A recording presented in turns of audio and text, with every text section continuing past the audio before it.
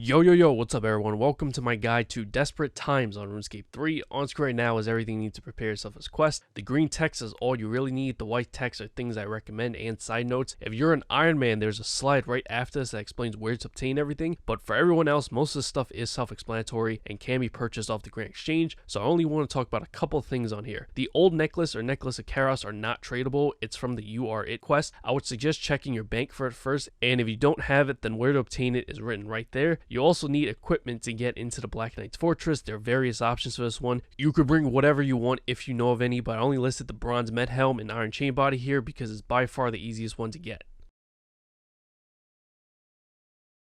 If you're an Ironman, this is the same list of items. There's just more white text explaining where to get everything. Feel free to pause this if you need it, as I'm going to get into the quest now. To start the quest, go to the Birth Orb Castle marked by yellow mark on this map. The easiest way to get there would be to use the Birth Orb Lodestone, which I believe everyone already has unlocked by default. Climb up the stone staircase in the northeast corner, talk to Saren, accept the quest. By the way, if you get any chat options that clearly aren't for his quest, such as if they ask you if you're starting a different one, you're obviously going to select no. Anyways, after you accept this quest, you're going to get a pretty long cutscene that's about 4 minutes long. You can skip it in-game by selecting the option to do so in your top left, and if you want to skip it in the video itself, the time is written at the top of the screen. I'm just leaving this in here in case anyone wants to watch it.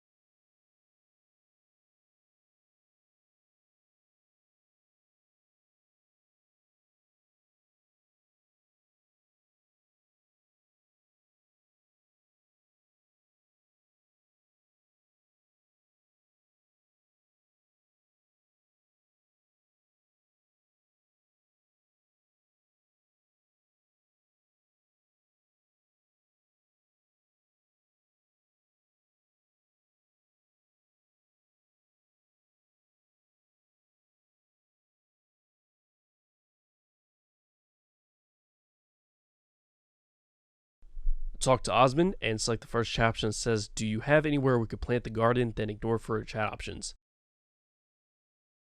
Talk to Ceramic Vars and select the second chat option that says, do you have a workforce to plant it? Then ignore further chat options. Talk to Azandra and select the chat options right on screen.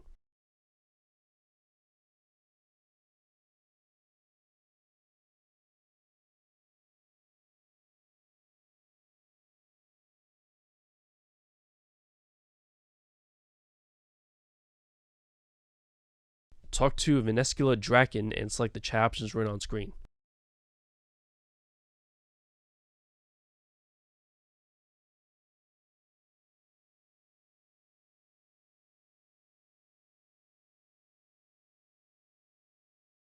Talk to Zarador and select the chat options right on screen.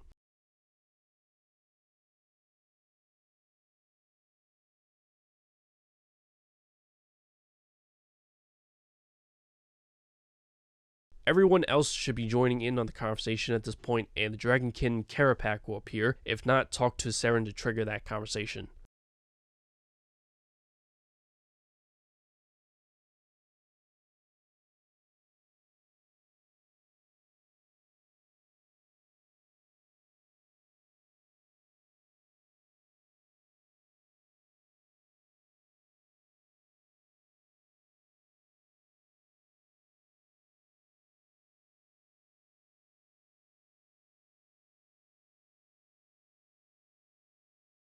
Go to the Needle from the Needle Skips quest. Some teleports that will get you close include a Phoenix Lair teleport or Fairy Ring code AKQ.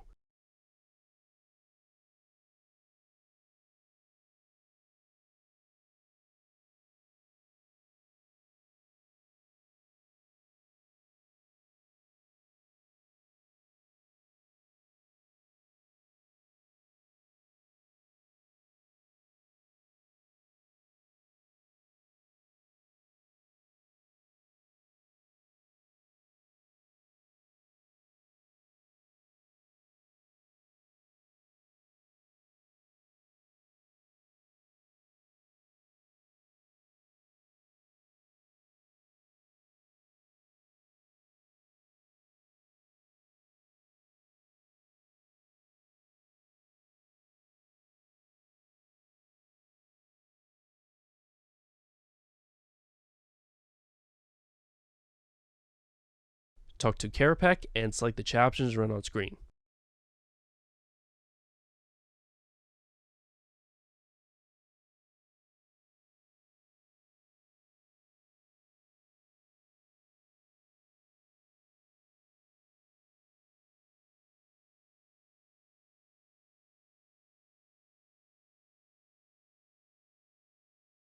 To the north, you'll find something called a Temporal Instability. Click on it to close it.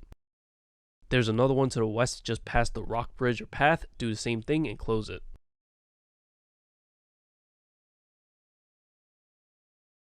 Head towards the house and there's one on the property outside. Do the same thing and close it.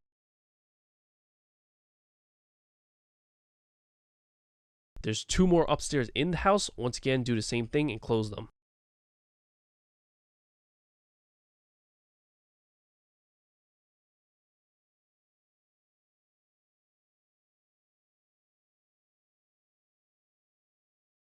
Go back to the Needle.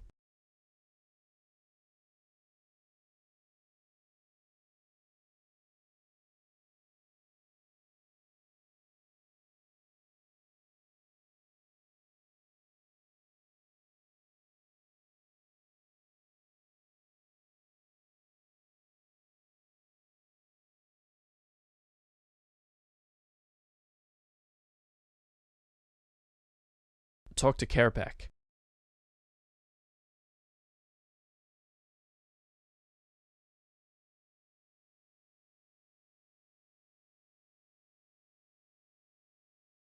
Go to McGrubor's Woods. You can get there using the Fairy Ring code ALS or the Sears Village Lodestone.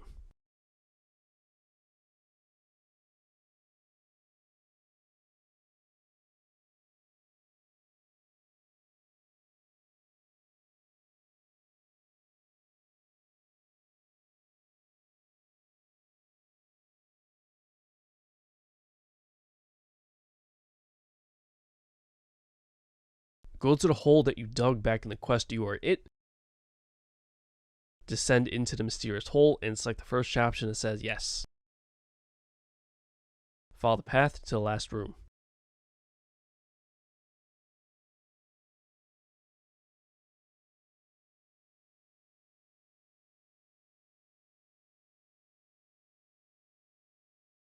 Investigate the coffin in the middle to get a letter.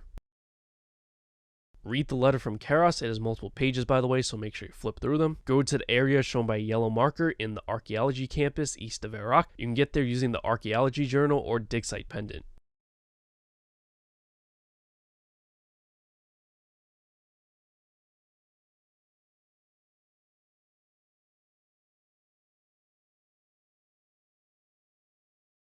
Stand directly on top of the strange portal to be transported to another location.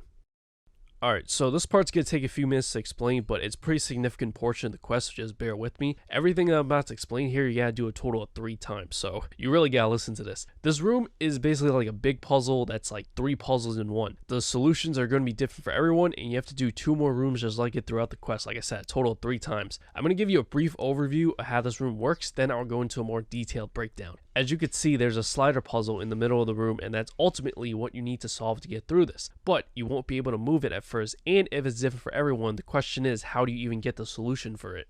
If you look around, you'll see there are 4 rooms. The first thing you want to do is identify which rooms have a chest in it. You don't have to worry about the ones that don't. Those rooms that have a chest in it give you another puzzle that has to be solved in order for you to open the chest, and each chest will give you part of the solution for the slider puzzle. However many rooms with chests it gives you, you have to solve all of them to get the full solution. You don't have to do it in any particular order, you just have to do all of them. They usually give you 2, but sometimes they give 3. You don't have to write the solution down until your last chest, because the solutions that you're given from previous chests are actually saved, and your last chest will always end up giving you the full solution. Before we get into how to solve the puzzles in the room, the next thing you have to do is get the doors to open to even do them. You see those portals on the floor in the main room? You just step on them until one of them opens. It's seemingly random. I did this a bunch of times to record clips for this guide, and I've yet to identify any sort of pattern or whatever as to how this actually works, but yet every single time I managed to get the doors open in less than a minute, so it's not bad at all, even though it doesn't make any sense. One tip I do have though, if you feel like the portals you're stepping on are taking you in circles and or not really working, then try using portals in a different part of the room. You also do not have to keep the doors open or have multiple doors open at once. You just need to go into a single room, solve the puzzle, and get the solution. It's okay if you accidentally shut the door afterwards.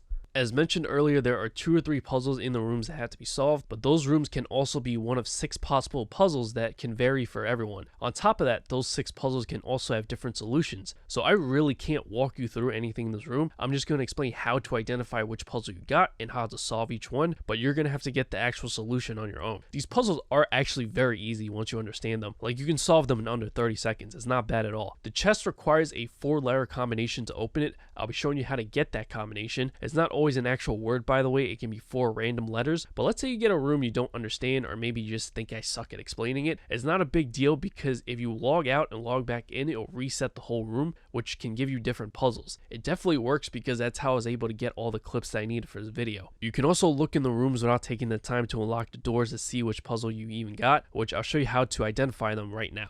These are all the puzzles and timestamps for when I explain each one. They should also be down in the description. I would highly suggest watching this whole part of the video first, then you can go back to specific sections if needed, because there is some overlap between how I explain these puzzles. They are very similar in some ways. So I made these names up based on what's on the floor of the room, with the exception of what I call the empty chest room. It's the room with a chest in it, so there's definitely a puzzle to solve, but it looks empty other than that, as it's the only room with no items on the ground. The recipe one is the most confusing one, so we're going to start with this one. You read the recipe on the ground to get a list of 4 ingredients and a specific quantity of each ingredient. There's 2 ways to solve this puzzle. I'll explain both ways, but there is no way of knowing which one is the correct way. You do, however, get unlimited tries, so don't be afraid to try everything that I'm explaining here. There are no downsides to getting it wrong other than simply not being able to move on with the quest, but at least you won't die or anything, right? The solution is either based on the quantity or based on the ingredient. If it's based on the ingredient, your combination is the first letter of each ingredient in in the order that was given to you on the list. That's the easier one to explain. If your solution is based on a quantity, you have to convert the number into Roman numerals. If you don't know Roman numerals, they look like letters in the alphabet, so those letters are your solution. I wrote the common ones they give you on screen, but I don't know if these are all the possible ones they can give you. If you got one that I didn't write on here, you could just go on Google, type in whatever number in Roman numerals, and they'll tell you. Don't assume anything, by the way. Try out both solutions I gave you if needed. One of the times I did this, my quantity said all 1, and I'm like, no way that's the solution. But lo and behold, the answer was in fact the letter I 4 times. Who would have guessed? And yeah, I know this puzzle sucks a big bag of 501 in 10. Anyways, when you have it, enter the 4-letter combination into the chest to open the chest, and click on the open chest again for the solution to pop on your screen. This last step is how all the puzzles work, by the way, and as mentioned earlier, you won't get the full solution until you complete all the rooms with puzzles in it. The room with the coins, you can examine each pile of coins to see how much is in each, and similar to the recipes room, convert each number to Roman numerals, and there are your letters. The order in which you enter them is the order the piles are in going clockwise. The room with 4 random items on the ground. The solution is the first letter of each item. The order of those letters either start with the item farthest away from the chest, then work your way down in the order they're in on the floor, or start with the item closest to the chest and do it the opposite way. Once again, you won't know which way is correct, so you will have to try both if needed. By the way, if you try to pick up the items and you have that setting on where the loot window comes up, do not base your solution off the order they're shown in that window. That is not the correct order. The room with 1 random item in it. The solution is an actual word that's within the name of the item you're given. It's easy if you're already given an item where the name is already a 4-letter word like beer. There's your answer, but let's say you get something like swordfish. You have sword and fish, but sword is a 5-letter word, so it has to be fish. You just gotta think for a second for this one, but it's still not bad. The room with the clean herb. The answer is simply herb, H-E-R-B. I've gotten this one mixed up with the 1 random item room before because the 1 item I got did look like herb, so watch out for that. But as I keep saying, even if you're not sure, you can try multiple solutions until you get it. And finally, there's a seemingly empty room with a chest. The solution is actually on the wall outside where you find a plaque. The plaque displays 4 images, which are the icons of various lodestones. The solution is the first letter of each city that's being shown to you in that exact order. I had one annoying encounter with this one since the plaque is outside. They also put a portal right next to the plaque, so when I went to go look at it, it shut the door on me. So if you get this, I would suggest looking at the plaque and figuring out the answer before you even bother trying to get the door open. I put up all the lodestone icons and which city they go to, or at least I think this is all of them. If I missed one, you can very easily just refer to that interface that comes up when you go to home teleport.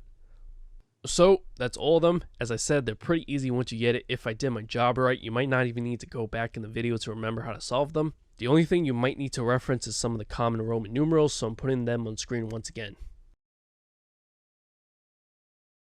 Remember, after you solve your last room or chest, you'll get the full solution to the slider puzzle. As mentioned earlier, this is different for everyone, so take a picture, screenshot, or whatever. It is supposed to have 1 empty box. If you don't know how slider puzzles work, there's always an empty space because that empty space gives you room to move the pieces around. You go to the middle of the room and click on the blocks to move the pieces around until you get to your solution. Personally, I find slider puzzles pretty easy, so I did this completely on my own, but you're having trouble, the only thing I can suggest is apparently there are websites that can tell you step by step how to solve your puzzle. A tip I can give you though from how I do it is to try to solve the puzzle 1 section at a time. For a 3x3 puzzle, which is what we're dealing with here, I usually start with either the top or bottom row as long as there's 3 in that row and not an empty space. Once that row is solved, you usually don't have to move it for the remainder of the puzzle, which makes it a bit easier.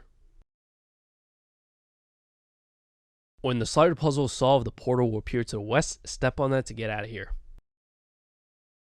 Go to the Black Knight's Fortress. I use the Edgeville Lodestone to get near there. Make sure to put on the appropriate armor to get in, such as the Bronze Med Helm and Iron Chain Body.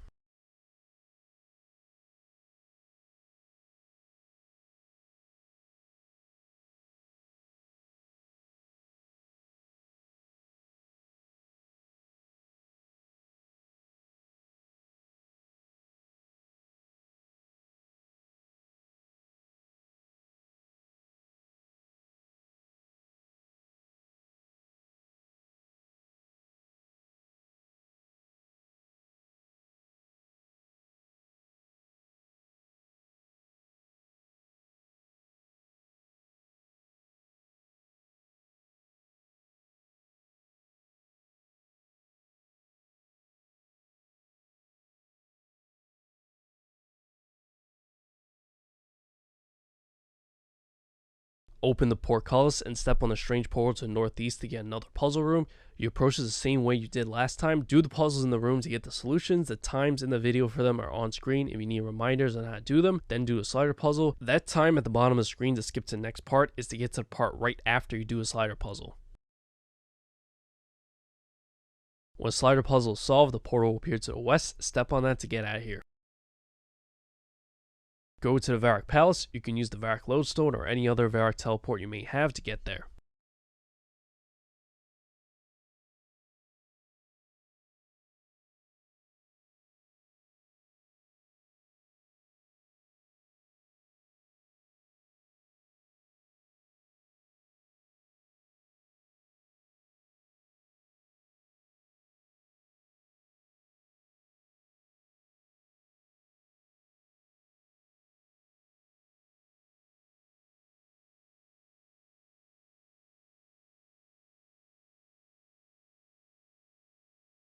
Climb up the staircase, and there's a portal in the room to the east. Step on that to get teleported into another puzzle room. Once again, you approach this the same way you did last time. Do the puzzles in the room to get the solutions. The times in the video for them are on screen. If you need reminders on how to do them, then do a slider puzzle. The time at the bottom of the screen to skip to the next part is to get to the part right after you do a slider puzzle.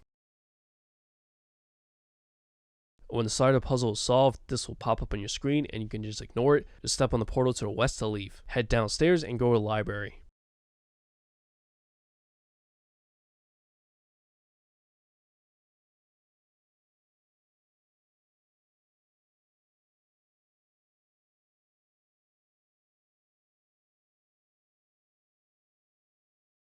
Talk to Reldo and select the chat options right on screen. By the way, Reldo turning out to be Charos has got to be one of the biggest plot twists in any quest. Bro, this guy did the whole Superman thing. Take off his glasses and turns into someone else completely. Look at him. He's a jawline and a 5 o'clock shadow and a tan all of a sudden.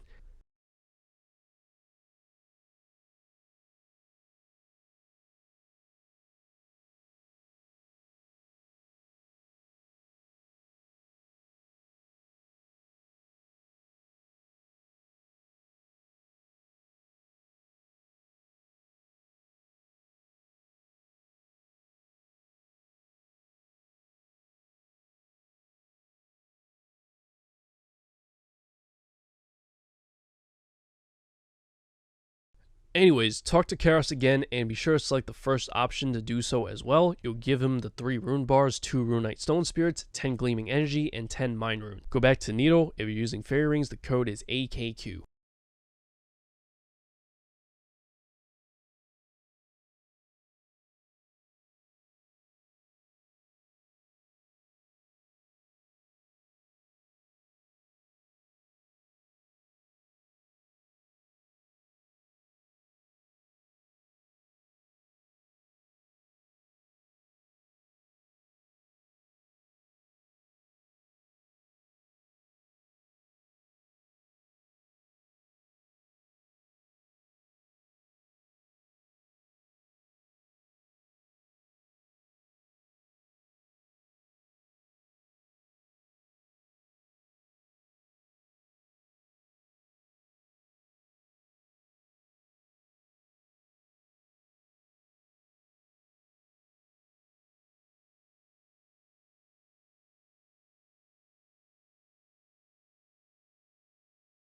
Talk to Carapac to get a cutscene.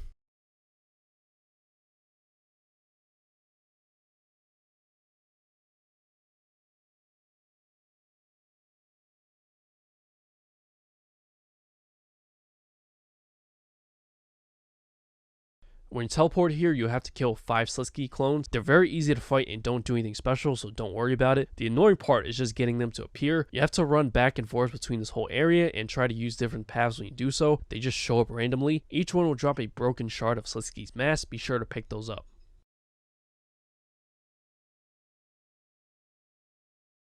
When you have all 5 shards, click on any one of them to combine them to create Sliske's mask and wear it, then go all the way east.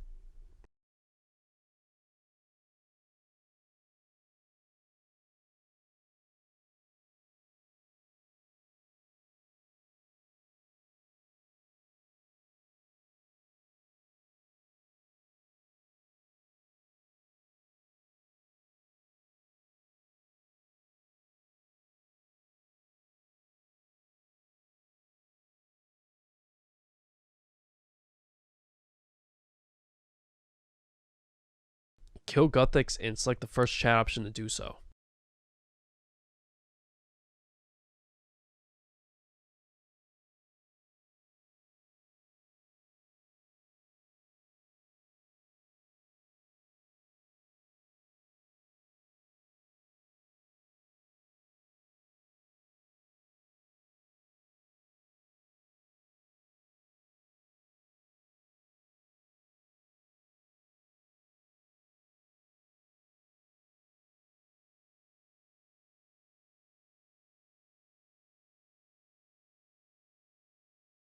In this place, you have to harvest 5 memories and go through a dialogue. I'm not sure if they're in the same places for everyone. If they are, you could just follow where I'm going, but they're actually not even hard to find. They're the yellow dots on your minimap, and this place isn't even that big.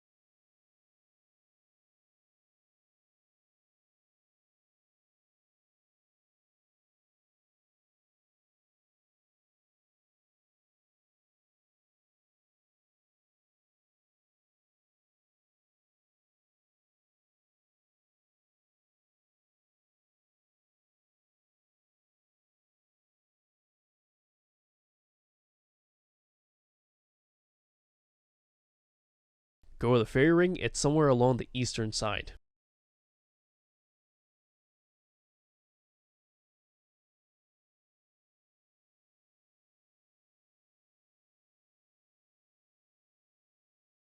Talk to Guthix that's standing in the fairy ring and select the first chat option to say none of that was your fault.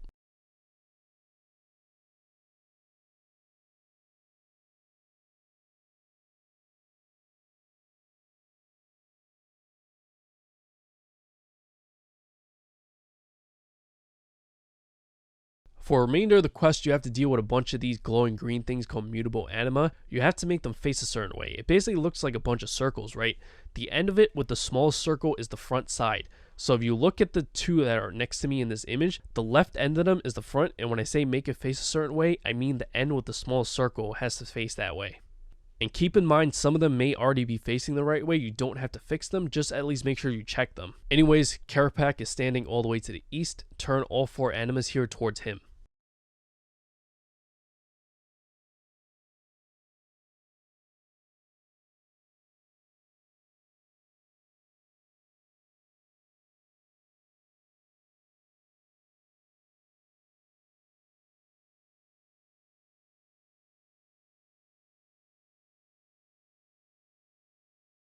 If done correctly, you'll be transported to this new area. Go north. Go into a room to the west.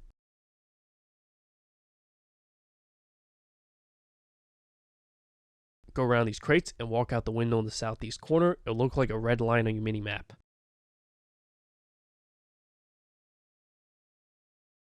Jump the gap to the west. Run across the planks.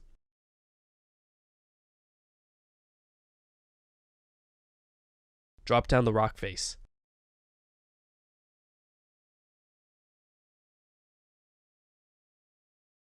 Go north and climb the rock face over there.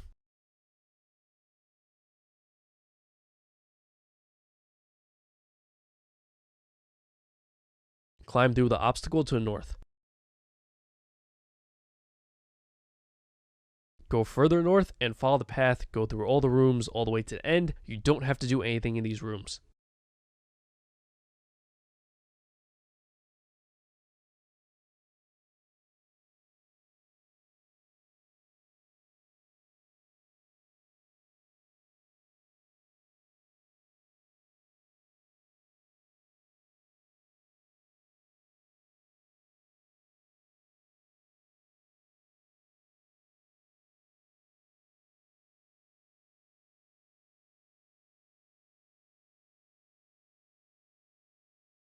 Open the door at the very end over here to get a cutscene.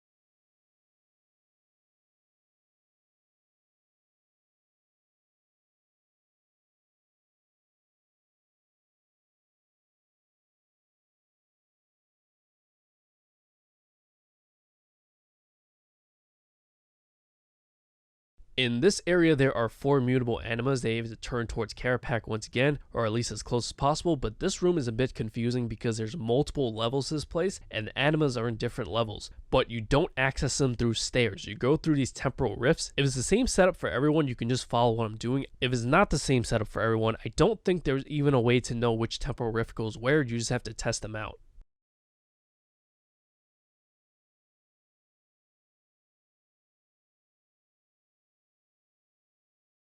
For this room, I'm putting up a map of it. The green arrows represent the anima and the directions they're supposed to face, but you may not be able to move some of them right away. The red dots are unrefined anima, which looks like divination spots. You have to harvest those first and go through a dialogue. Also, one tip I have when moving the animas around, some of them are actually on different levels, but you do not have to go to that level to move them. As long as you can see them and click on them, you should be able to fix all of them from this floor you're currently on. You'll also see me doing it in the video.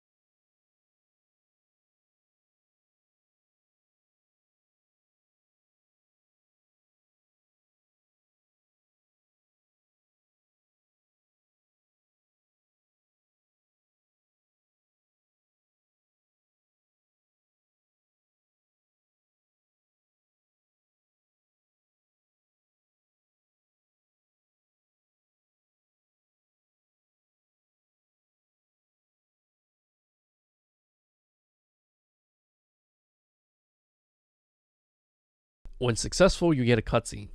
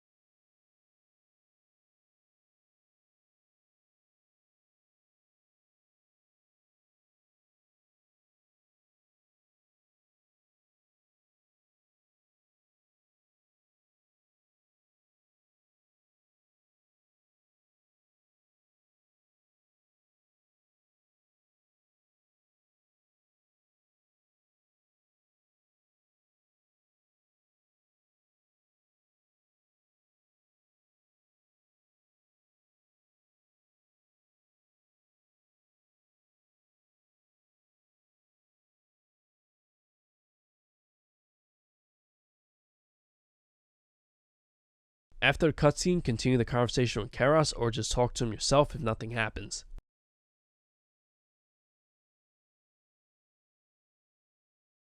go back to the castle in Birth Orb.